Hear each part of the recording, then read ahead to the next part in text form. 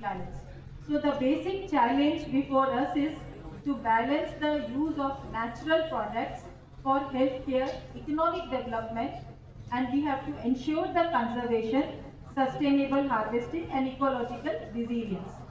So for this we need modern biotechnology which can offer transformative tools for environmental protection like bioremediation, development of biofertilizers, biopesticides, tissue culture for for heat tolerant species, for less water consuming species. समझे तो इसका ऊपर काफ़ी कुछ काम अभी चल रहा है. तो वो these are some of the methods which has been developed to assess the vulnerability of the species. आप मान लीजिए there are 50 मछली जो है अभी कल्चर में है, तो 50 मछली से कौन सा स्पीसीज ज़्यादा प्रभावित होंगे ड्यू टू द चेंज, उसका ऊपर ये स्टडी है. नेक्स्ट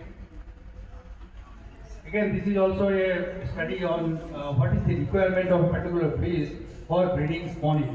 अब टेम्परेचर बढ़ेगा तो फिर वो स्पॉनिंग में क्या इम्पैक्ट होगा, वो स्टडी करने के लिए these are the some of the new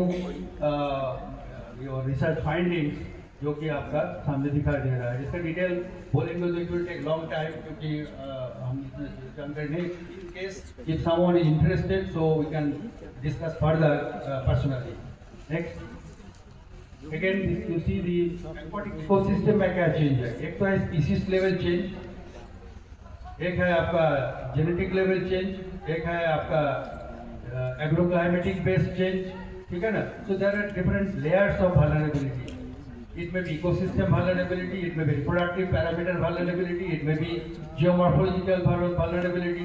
So उसका different methods है जिसके ऊपर हम लोग को स्टडी करना पड़ेगा. Okay, say for example Ghaghara river, UP में there are so many rivers, Ganga, Ghaghara, Gomti, so many rivers. So which particular river is more resilient in terms of phytoplankton population or in terms of the fish genetic resource changes, वो क्या है. तो ये सब methods को हम employ करेंगे. And then climate data का जो आपका लास्ट 30 ईयर्स का जो IMD का डेटा है उसके ऊपर साथ हम कोऑर्डिनेट करेंगे. तो हमको थ्रू यूजिंग सम मॉडल जो कि हम गैप मॉडल कहा जाता है, जो जनरलाइज्ड एल्गोरिथम मॉडल, उस मॉडल का द्वारा आई कैन प्रेडिक्ट सेमिनार के बारे में कि 2 दिवसीय सेमिनार में सभी बिंदुओं पर हमने चर्चा की.